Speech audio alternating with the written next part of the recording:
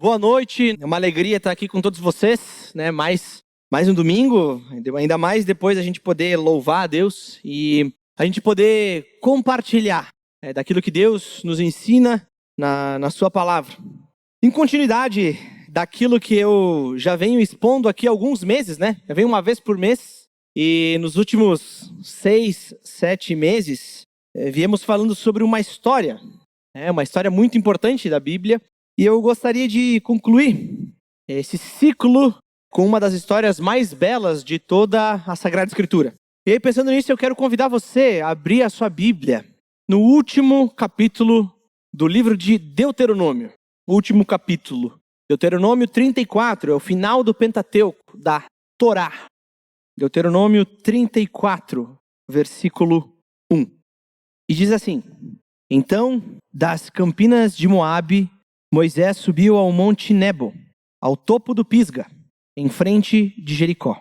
Ali, o Senhor lhe mostrou a terra toda, de Gileade a Dan, toda a terra de Naphtali, o território de Efraim e Manassés, toda a terra de Judá até o mar ocidental, o Neguebe e toda a região que vai do vale de Jericó, a cidade das palmeiras, até Zoar. E o Senhor lhe disse: Esta é a terra que prometi sob juramento a Abraão, a Isaque e a Jacó. Quando lhes disse: Eu a darei a seus descendentes. Permiti que você a visse com os seus próprios olhos, mas você não atravessará o rio, não entrará nela. Moisés, o servo do Senhor, morreu ali, em Moabe, como o Senhor dissera. Ele o sepultou em Moabe, no vale que fica diante de Bet-peor. Mas até hoje ninguém sabe onde está localizado o seu túmulo. Moisés tinha 120 anos de idade quando morreu. Todavia, nem os seus olhos, nem o seu vigor tinham se enfraquecido. Os israelitas choraram Moisés nas campinas de Moabe durante 30 dias, até passar o período de pranto e de luto. Ora, Josué, filho de Num, estava cheio do espírito de sabedoria, porque Moisés tinha imposto suas mãos sobre ele, de modo que os israelitas lhe obedeceram e fizeram o que o Senhor tinha ordenado a Moisés. Em Israel, nunca mais se levantou profeta como Moisés, a quem o Senhor conheceu face a face, e que fez todos aqueles sinais e maravilhas que o Senhor o tinha enviado para fazer no Egito, contra o faraó, contra todos os seus servos e contra toda a sua terra. Pois ninguém jamais mostrou tamanho poder como Moisés, nem executou os feitos temíveis que Moisés realizou aos olhos de todo Israel. Senhor nosso Deus, obrigado por mais uma noite, Senhor. Que possamos refletir sobre a história de Moisés, sobre a vida e sobre a morte de Moisés. Senhor, que possamos aprender, possamos ter a vida transformada pela Tua mensagem. Senhor, quebranta os nossos corações, nos confronta com a Tua palavra, nos fere com a Tua palavra, ao ponto de sermos novas criaturas todos os dias, que possamos ser sempre renovados no nosso pensar, que possamos sempre estar em constância, em constante crescimento, se parecendo cada dia mais com Cristo Jesus, o nosso Senhor e Salvador. Senhor, que as nossas mentes e o nosso coração estejam abertos a ouvir a Tua palavra e ser transformados por ela. Pedimos por isso em nome de Cristo Jesus. Amém. Gente, o texto que nós acabamos de ler, Deuteronômio 34, ele é o final, a conclusão da história do maior profeta de Israel. É a figura mais importante do Antigo Testamento, alguém que, como o próprio texto que nós acabamos de ler, diz, conheceu o Senhor face a face. Moisés, como todos vocês bem sabem, a gente vem falando aí aos últimos meses, ele foi chamado por Deus para libertar Israel da escravidão no Egito.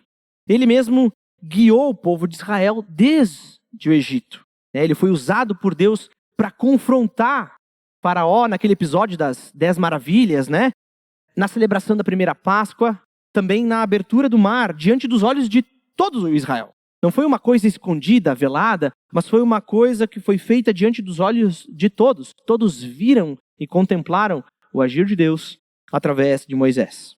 Moisés foi aquele que, depois de atravessar o mar, foi aquele que ensinou a lei do Senhor a todo o seu povo. Foi aquele que subiu no monte para falar com Deus, recebeu as tábuas da lei, e ouvindo diretamente de Deus a sua lei, ele pôde descer e assim ensinar todo o povo como eles deveriam andar e quem era o seu Deus. Ele foi um homem ao qual fora instrumento de Deus para vencer batalhas. Tem um episódio, inclusive, que se Moisés tivesse os braços erguidos, Israel iria vencer a guerra. E aí o pessoal faz de tudo para segurar os braços de Moisés erguidos. Ele não está lutando, mas ele foi usado por Deus para que aquela batalha fosse vencida. Inclusive, Moisés foi usado por Deus para interceder pelo povo, sendo o representante do povo. Inúmeras vezes na história desse homem, desse profeta, a gente vê como ele se curvava diante de Deus e orava por esse povo. Ele intercedia por eles, ao mesmo tempo que ele repreendia esse povo pelos seus pecados, ele julgava esse povo conforme a lei de Deus, e principalmente no livro de Deuteronômio, ele instruía a nova geração que nasceu no meio do deserto, que não ouviu lá no início a lei de Deus. Moisés foi usado para que essa mensagem fosse proclamada a essa nova geração. Moisés foi, de fato, aquele que conheceu a Deus face a face. E aquele que revelou o seu nome, o seu caráter. O nome está muito vinculado no Antigo Oriente Próximo. O nome ele reflete o caráter da pessoa. E Moisés foi quem revelou o caráter de Deus. A história desde o princípio. Afinal, os 5 primeiros livros da Bíblia, Gênesis, Êxodo, Levítico, Números e Deuteronômio, foram escritos por Moisés. E Moisés está contando para esse povo o que Deus fez desde a criação do mundo. Moisés, ele é homem de Deus. Ele é servo do Senhor. E essas são as últimas palavras, esse texto que a gente acabou de ler, Deuteronômio 34, dos versículos de 1 a 12, eles são as últimas palavras que descrevem quem é Moisés. Descrevem a figura, o profeta que foi tanto usado por Deus. Não foi ele que escreveu a respeito da sua própria morte. Foi outra pessoa que escreveu esse capítulo 34, provavelmente Josué ou algum contemporâneo seu. Mas o que é mais importante nisso tudo é o que foi dito sobre quem Moisés foi. E sem dúvida, tudo isso que a gente leu aqui nesse capítulo todo, capítulo 34, serve de lembrete para todos nós. A gente pode aprender tanto desse texto como da história como um todo de Moisés, muitas coisas que podem ser aplicadas nas nossas vidas. E no versículo 1 até o versículo 4, nós vamos ver aqui o que acontece, qual que é o contexto aqui de Moisés. Vai dizer, então, das campinas de Moabe, Moisés subiu ao Monte Nebo, ao topo do Pisga, em frente a Jericó. Ali, o Senhor lhe mostrou a terra toda, de Gileade a Dan, toda a região de Naftali, o território de Efraim e Manassés, toda a terra de Judá até o mar ocidental, o Neguebe, toda a região que vai do Vale de Jericó, à cidade das Palmeiras, até Zoar. E o Senhor lhe disse, esta é a terra que prometi sobre juramento a Abraão, a Isaque e a Jacó. Quando lhes disse, eu a darei a seus descendentes. Permiti que você visse com seus próprios olhos, mas você não atravessará. O rio não entrará nela. E felizmente, às vezes a gente olha para esse texto e a gente não se situa muito bem, justamente por a gente não conhecer o contexto, aquilo que o povo está passando, por onde eles andaram. E aqui, graças a Deus, nós temos ferramentas que hoje nos possibilitam visualizar e entender mais a fundo a grande e maravilhosa história de como Deus liberta esse povo e todo o percurso que eles andaram, compreendendo a fundo, de fato, o que Deus quer nos ensinar com isso.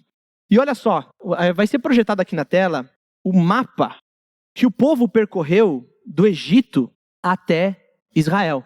Vejam só, aqui a gente está vendo a ponta do Egito.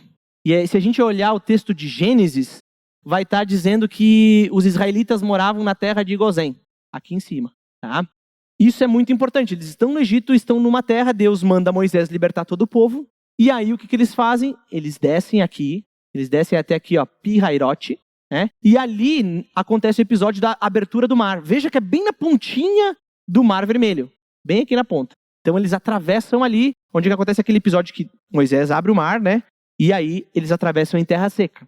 Depois disso, todo o povo ele vem andando, ele faz toda a volta aqui na península do Sinai. Desce aqui embaixo e eles começam a subir. Quando chega aqui em cima, aqui ó, em Cádiz Barneia, é onde acontece o episódio, acho que fazem 2 meses que nós estudamos esse texto, onde que Moisés manda 12 espias para olhar a terra de Israel. A terra de Israel está aqui em cima, tá? Canaã, aqui ó. E eles estão aqui em Cádiz Barneia. Então, Moisés manda 12 espias para olharem a terra, trazerem frutos. Desses 12, 10 trazem um relatório negativo e 2 trazem um relatório positivo. Olha, Deus vai nos dar essa terra, uma terra muito boa e tudo mais. Mas todo o povo se rebela contra Deus e não confia nele. E aí eles decidem, não vamos ir à frente, porque lá o povo é muito forte. Nosso Deus não pode vencer esse povo. E então Deus se ira com esse povo e diz, olha, eu já cansei. Vocês duvidam muito daquilo que eu já fiz, eu já abri o mar diante dos olhos de vocês.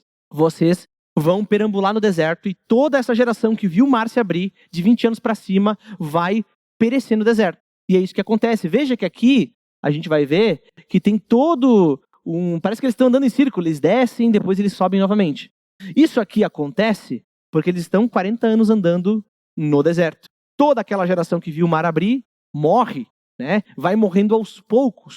E depois desses 40 anos perambulando no deserto, eles passam aqui por Cádiz Barneia e eles começam então a andar por essa parte, chegando até Moabe. Aqui é Moabe, ó. E aí eles vêm aqui no Esbom e aqui, ó, Monte Nebo. Tem até um triângulozinho. Eu sei que é difícil de ver, mas eles estão aqui. É exatamente nesse ponto que Moisés está quando a gente está lendo aqui Deuteronômio 34. Eles estão aqui, ó. Eles podiam entrar por baixo, mas eles deram toda a volta e estão na lateral, de frente para Jericó. Tá?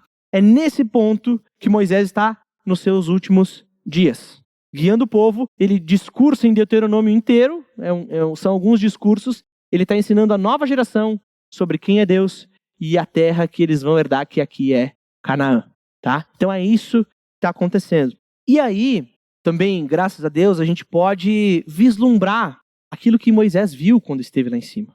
Ele subiu no monte e Deus disse para ele, dizendo, olha, Moisés, tu vai subir lá, tu não vai entrar na terra, mas tu vai poder ver toda ela. E olha só, a gente tem 2 imagens aqui, pode colocar a primeira imagem, que aparentemente foi isso aqui que Moisés viu quando ele esteve lá no Monte Nebo. Ele está aqui em cima, né? Tá aqui, e aí aqui é toda Canaã. Ele está de frente e está vendo toda a terra que Deus prometeu aos seus antepassados. Pode passar para a próxima imagem. No mesmo ponto, né? Ele está olhando um pouquinho para a direita e aqui um pouco mais à esquerda.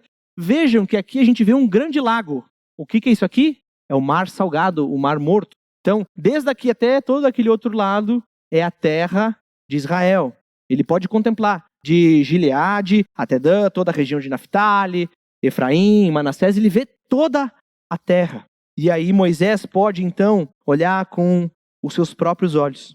Graças ao Senhor, nós também podemos ver a mesma coisa que Moisés viu. Mesmo aqui no Brasil, muito distante, a gente pode ver com os nossos próprios olhos aquilo que Moisés contemplou. De fato, o cumprimento da promessa feita a Abraão. E por que a promessa feita a Abraão? Se você puxar sua Bíblia em Gênesis 12, você vai ver que quando Deus chama Abraão, ele fala, Abraão, sai aí do meio da tua parentela, da terra da tua família, e vai para uma outra terra que eu vou te mostrar. Eu vou fazer de você uma grande nação, por meio de você todos os povos da terra serão abençoados. E em Gênesis 12, versículo 7, no meio dessa fala de Deus, olha só o que diz. O Senhor apareceu a Abraão e disse, Abraão, ele não tinha trocado o nome de Abraão para Abraão. O Senhor apareceu a Abraão e disse, a sua descendência darei esta terra. Isso que Deus está falando para Abraão são em torno de 550 anos antes disso que está acontecendo aqui. Deus já havia predito que as coisas iriam acontecer dessa forma, que a descendência de Abraão iria herdar aquela terra. Vejam que Moisés, nos seus últimos instantes, nos seus últimos dias, ou talvez no seu último dia, ele pode contemplar a terra da promessa, a terra que Deus prometeu a Abraão, Isaque e Jacó, aos seus descendentes, aquela terra que mana leite e mel com fartura. Moisés está ali contemplando toda ela. E talvez você não entenda o porquê que Deus está privando Moisés de entrar na terra. Poxa, Moisés está guiando o povo, por que ele não vai entrar na terra? Por que ele só vai enxergar? Né? Como diz o versículo 4, né? Você está vendo toda a terra, mas você não vai entrar nela. E para isso a gente precisa entender o que aconteceu em Meribá. E tudo isso, toda essa privação de Moisés de não entrar à terra, ela aconteceu devido à rebelião de Moisés e de todo o povo em Meribá. Moisés ele foi impedido por causa da sua desobediência, da sua rebelião contra Deus. E olha só, Números capítulo 20, pega a sua Bíblia aí, segura ainda em Deuteronômio 34, mas vamos ler Números capítulo 20, versículos de 1 a 13. Números 20, versículo 1.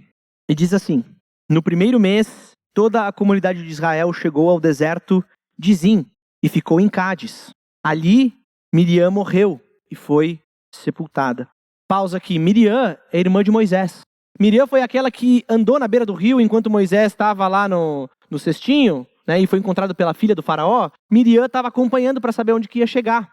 Então Miriam é irmã de Moisés. E ela morreu lá em Cádiz. Lembra, todo aquele círculo que eles fazem, eles saem de Cádiz, desobedecem, descem, e depois eles voltam para Cádiz. Né? E aí Miriam morreu e foi sepultada lá. Não havia água para a comunidade, versículo 2. Não havia água para a comunidade.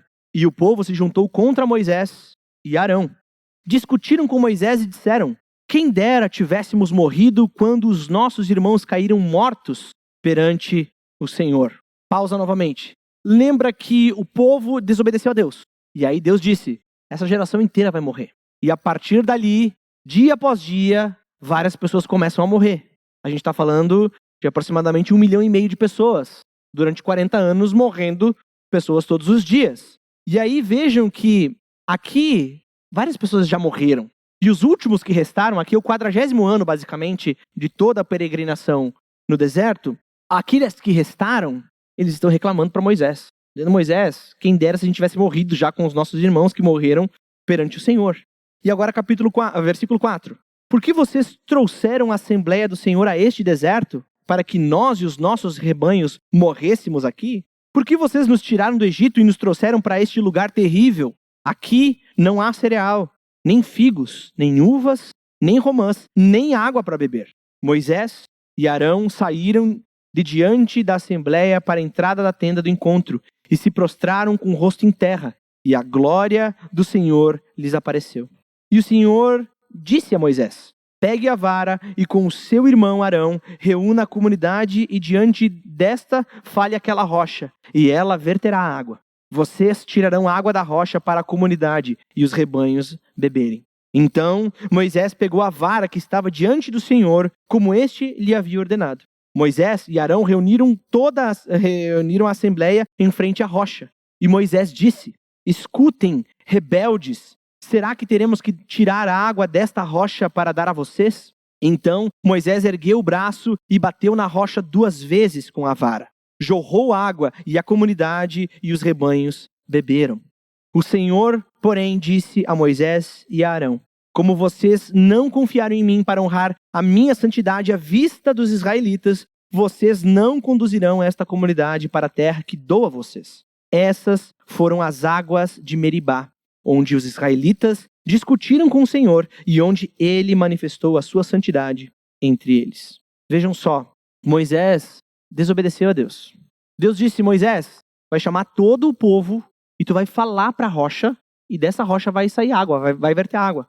E Moisés, já irritado com esse povo rebelde e querendo, talvez irado e querendo fazer justiça com as próprias mãos, ao invés de simplesmente falar para a rocha, ele pega a vara e bate 2 vezes na rocha.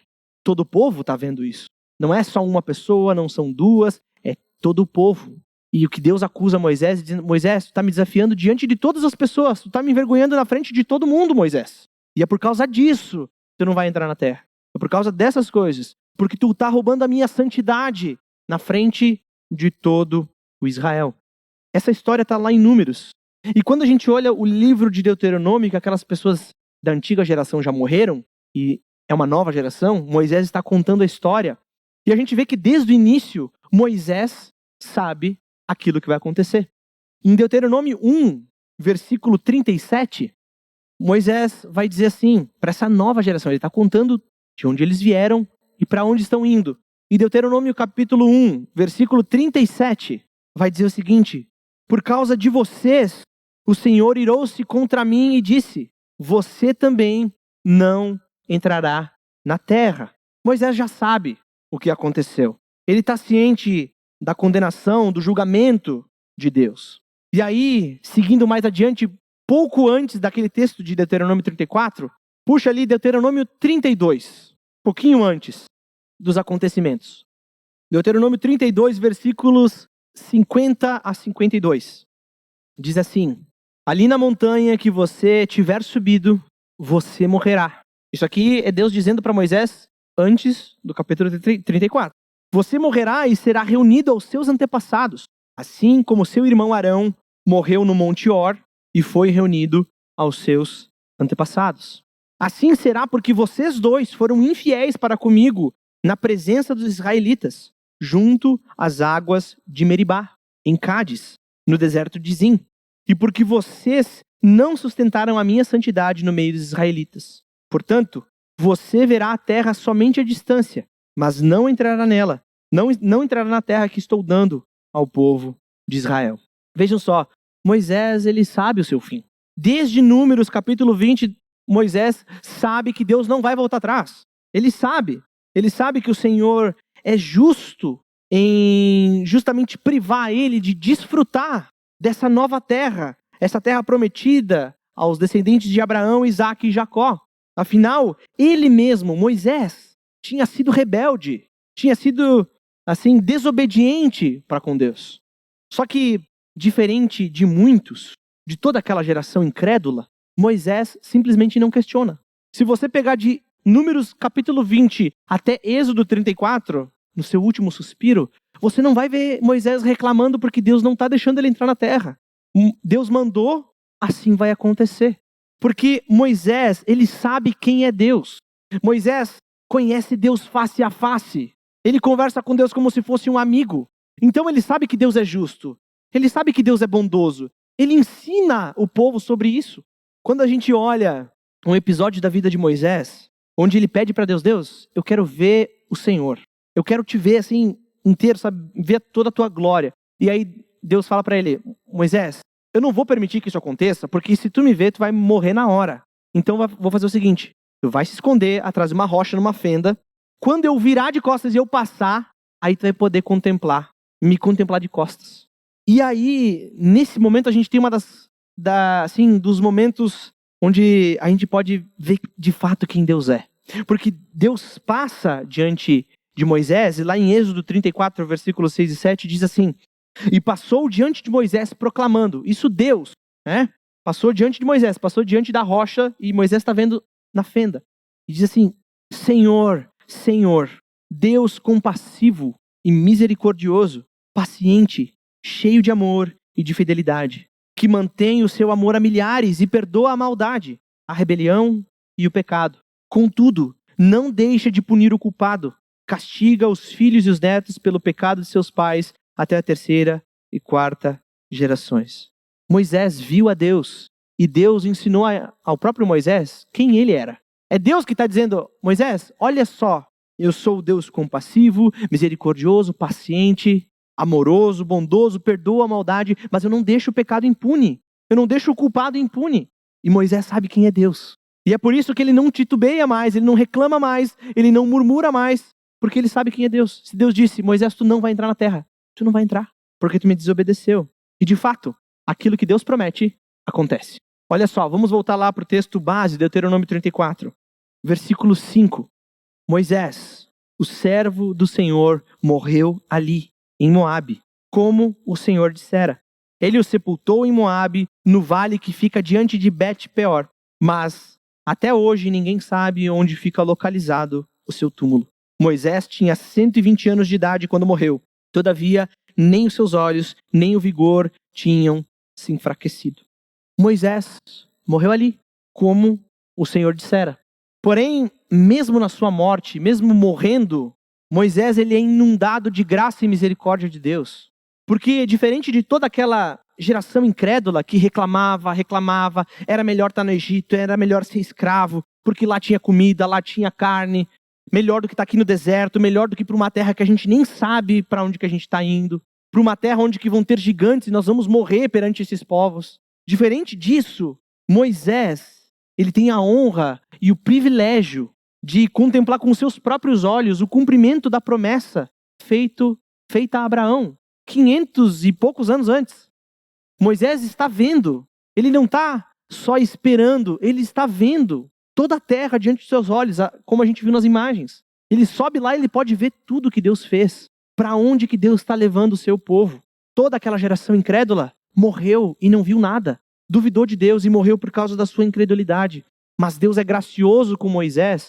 Fala, Moisés, me desobedeceu, mas vai poder ver com os teus próprios olhos. Não vai entrar, mas vai contemplar com os teus próprios olhos.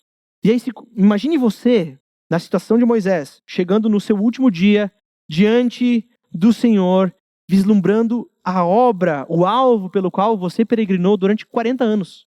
Moisés não andou 15 minutos, ele não andou 1 hora, ele andou 40 anos no deserto, esperando por essa terra, esperando que Deus levasse esse povo para o seu objetivo, para que a promessa fosse cumprida. 40 anos e você está ali vendo tudo aquilo que Deus vai fazer. Imagine você, no auge dos seus 120 anos, depois de caminhar 40, 1/3 da sua vida, você olhar e ver a grandeza de Deus.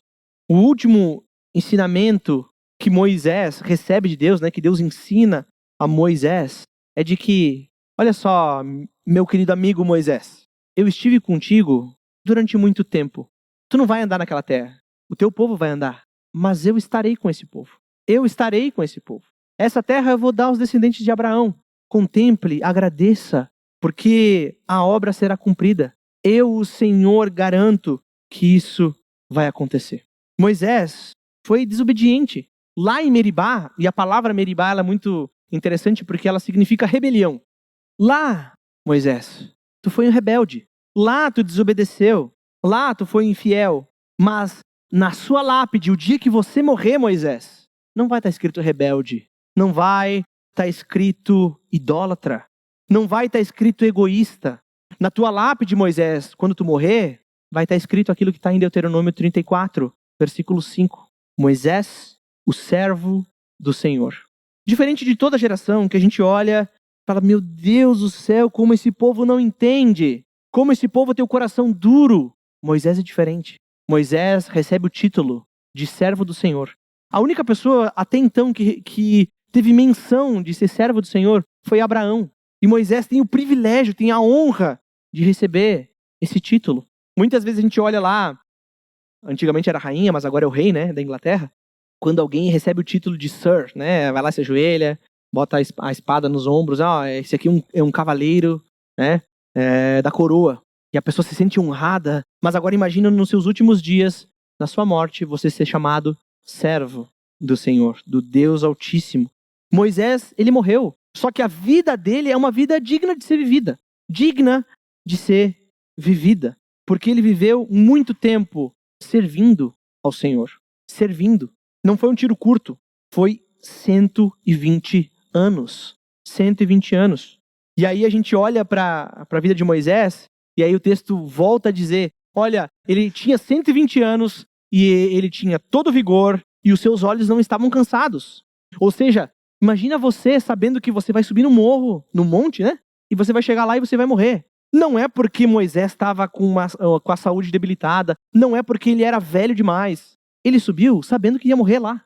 Moisés não teve medo porque lá ele encontraria Deus. Lá ele contemplaria toda a terra, contemplaria a promessa de Deus sendo cumprida. Moisés ele não teve corpo mole na sua velhice, porque quando a gente olha para a sua história, a gente vê que ele foi confrontar o faraó quando ele tinha 80 anos. E às vezes a gente com 20, 25, 30, está reclamando da dor nas costas e a gente não pode fazer nada. Moisés tinha 80 e estava andando no deserto, liderando um povo rebelde, um coração duro. Muitos têm a visão de que porque agora eu alcancei meus objetivos pessoais, eu não preciso fazer mais nada para Deus. Mas Moisés é diferente. Algumas pessoas vão pensar, nossa, agora que eu casei, o meu objetivo, o meu alvo de vida foi alcançado. Encontrei uma varoa, encontrei um varão. É sempre assim, né? Encontrei a costelinha, como a gente faz piada. Agora eu não preciso fazer mais nada. Agora que vieram os filhos, eu não vou fazer mais nada para Deus. O dia que eu me aposentar, aí sim eu vou comprar minha casa na praia, vou ficar lá e ninguém vai me incomodar, ninguém vai saber o meu endereço. E eu não vou fazer mais nada. E aí a gente olha para a vida de Moisés, com 80 anos, começando a liderar um povo. Com 80 anos ele conheceu a Deus, o Deus que libertaria o seu povo. E durante 40 anos ele liderou o povo de Deus no deserto. Veja só como a diferença daquilo que muitas vezes nós falamos, ela é um contraste gigantesco com a vida de Moisés. Só que o pior é que muitas vezes esse pensamento nosso, mas eu já passou muitos anos, né? Ele vem travestido de uma ideia de uma vida de piedade. Olha só, eu agora vou dar uma segurada, né? Vou dar uma segurada porque eu quero deixar com que os outros sirvam a Deus. Eu quero dar oportunidade para os outros. Olha só, eu tenho um coração tão bom que eu quero que os outros conheçam a Deus e sirvam a Deus. Mas no fundo a gente só quer ficar em casa, deitado no sofá, sem fazer nada. A gente está preocupado com o conforto. E a gente usa desculpinhas supostamente espirituais para viver uma vida muito diferente daquilo que Moisés viveu. Muito diferente. O exemplo de Moisés é o completo oposto. Moisés com os 80 anos começou. E não é só Moisés. A gente pode pensar, poxa, é só uma pessoa, mas não. A gente pode olhar para os profetas, a gente pode olhar para Josué, que é quem lidera o povo depois. No final de Josué, do livro de Josué, ele tem 110 anos e ele está servindo a Deus. Até os 110. Está liderando o povo, cuidando de gente. Quando a gente olha para os apóstolos, vamos puxar Paulo. Até o seu último dia, Paulo está servindo a Deus. Vamos pegar a história do nosso Senhor e Salvador. Cristo foi servo até a morte, morte de cruz. Vou dar um tempo aí, vou dar uma segurada. Não, é até o último dia. Até o último dia, todos esses homens estão cuidando de gente, aquilo que eles fizeram a vida inteira. Estão cuidando de gente e muitas vezes a gente quer ficar de braço cruzado, porque a gente não quer se envolver, porque a gente não quer abandonar o conforto das nossas casas. Mas o texto continua, e olha só o que diz o versículo 8. Os israelitas choraram Moisés nas campinas de Moabe durante 30 dias, até passar o período de pranto e luto. Ora, Josué, filho de Num, estava cheio do espírito de sabedoria, porque Moisés tinha imposto as suas mãos sobre ele, de modo que os israelitas lhe obedeceram e fizeram o que o Senhor tinha ordenado a Moisés. Em Israel, nunca mais se levantou o profeta como Moisés, a quem o Senhor conheceu face a face, e que fez todos aqueles sinais e maravilhas que o Senhor o tinha enviado para fazer no Egito, contra o faraó, contra todos os seus servos e contra toda a sua terra. Pois ninguém jamais mostrou tamanho poder como Moisés, nem executou os feitos temíveis que Moisés realizou aos olhos de todo Israel. O texto, ele termina falando a respeito de como Moisés passou o bastão. Eu não sei se você já assistiu uma corrida de revezamento, mas eles começam a correr e chega um determinado momento ele tem que passar o bastão para o outro. E o segundo corredor, ele não começa a correr quando ele recebe o bastão, ele já começa a correr antes, para chegar na mesma velocidade. E tem que estar sincronizado, para não deixar cair o bastão. E aqui a gente vê isso acontecendo. Moisés preparou um sucessor para que o seu legado, não o seu legado, mas aquilo que Deus estava fazendo no seu povo, continuasse para a próxima geração e assim por diante. Conduzir todo aquele povo na tarefa de conquistar a terra que Deus estava dando aos israelitas. E assim como os apóstolos impuseram as mãos sobre homens fiéis capazes de ensinar a palavra a outros, isso acontece até hoje. Afinal, se nós temos presbíteros é porque alguém impôs as mãos sobre eles e receberam essa responsabilidade. E presbíteros e pastores impõem as mãos sobre outras pessoas, isso geração após geração. É isso que acontece com a gente. Moisés impôs as suas mãos em sinal de transferência da sua autoridade como líder do povo para guiar toda aquela imensidão de pessoas. Só que, chegando ao seu fim, nós vemos a declaração dos grandes feitos de Moisés. Os feitos que Deus fez através do maior profeta de Israel.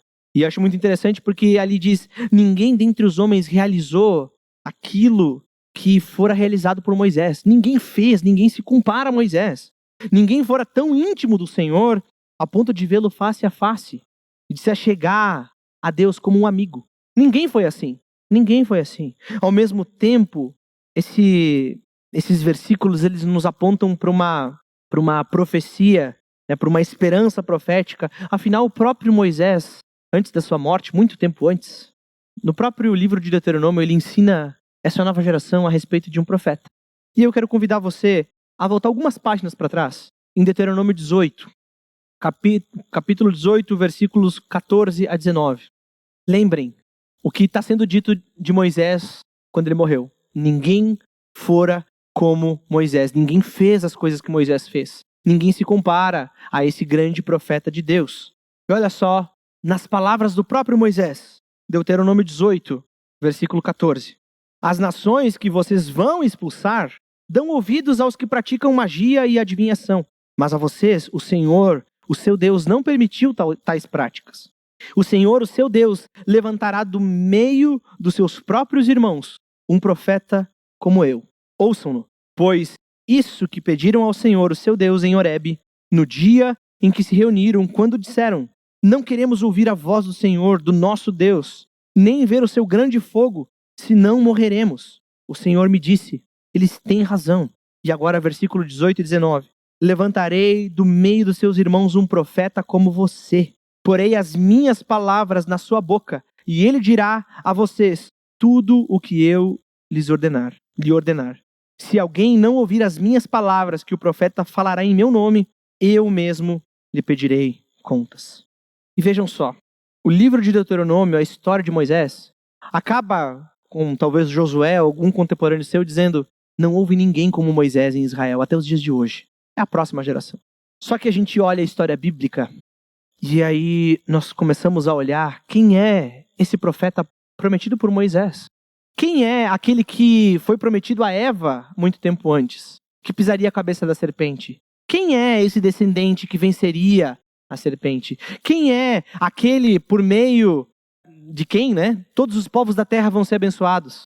Quem é esse profeta prometido por Moisés, que vai ser como ele?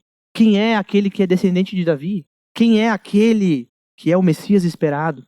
Quando nós folhamos as páginas da Bíblia e nós vamos seguindo para frente, e nós chegamos no Novo Testamento, nós entendemos quem de fato é esse profeta prometido por Moisés. Alguém que é muito, mas muito maior do que Moisés.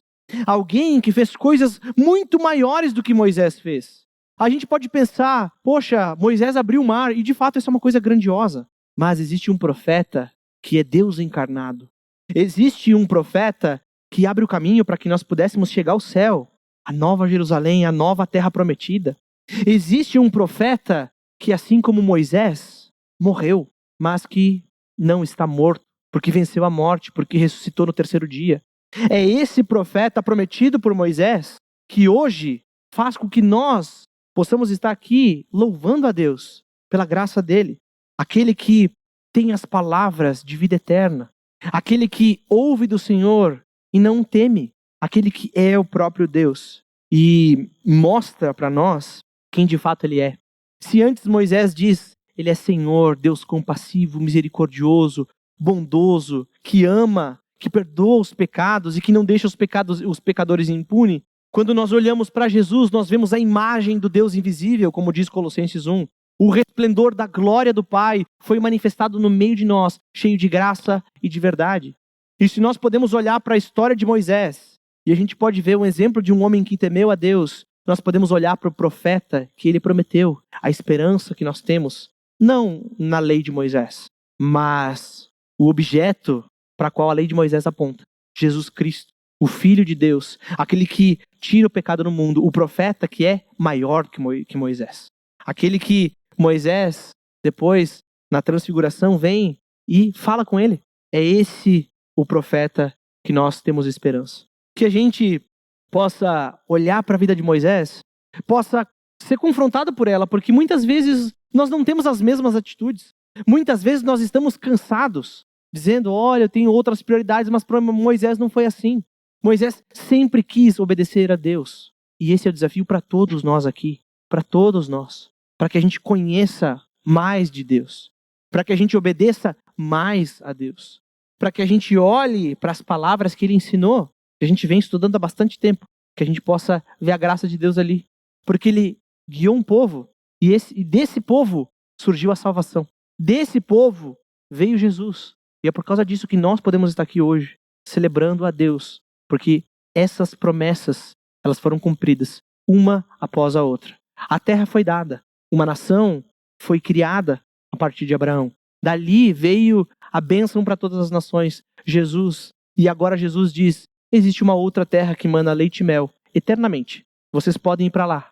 Vocês podem ser conduzidos por mim para essa nova terra. Basta terem fé, basta confiarem. E aí, como diz o texto de Deuteronômio 18, se alguém não ouvir as minhas palavras, que o profeta falará em meu nome, eu mesmo lhe pedirei contas. Que possamos não passar por esse juízo, mas que possamos, assim como Moisés, descansar na promessa de Deus. Vamos orar? Senhor, nosso Deus, obrigado porque Tu é Deus compassivo. Obrigado porque Tu é paciente. O Senhor é bondoso, amoroso, que perdoa os nossos pecados, mas que não deixa o culpado impune. Senhor, possamos repousar sobre as Tuas asas, assim como Moisés fez. Senhor, tenho certeza que não foi uma tarefa fácil peregrinar durante 40 anos no deserto. Mas nós olhamos para essas palavras, Deus, e nós vemos a Tua graça ali. Porque Moisés, mesmo desobedecendo e desonrando o Senhor publicamente, ele teve o privilégio de ver com seus próprios olhos a Tua promessa. Senhor, que dia feliz deve ter sido esse dia de Moisés. Mesmo diante da morte, ele pôde ver com seus próprios olhos a Tua mão, o Teu cuidado e o Teu poder.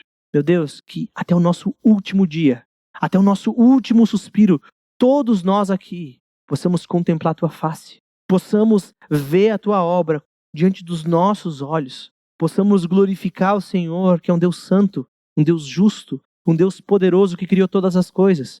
E que, Senhor, possamos responder com fidelidade, com fé. Porque o que podemos fazer diante do Teu Evangelho? O que podemos dizer diante do Teu Evangelho se não entregar a nossa vida como nós cantamos anteriormente? Meu Deus, que possamos honrar o Teu nome a exemplo de Moisés. Que possamos ser fiéis ao Senhor como Moisés foi. Mas agora sabendo que muitas dessas promessas já foram cumpridas. E que em Cristo hão de cumprir outras promessas. E que possamos peregrinar durante essa vida com fé que o Senhor há de cumpri-las. Pedimos por isso, Pai, em nome de Cristo Jesus. Amém.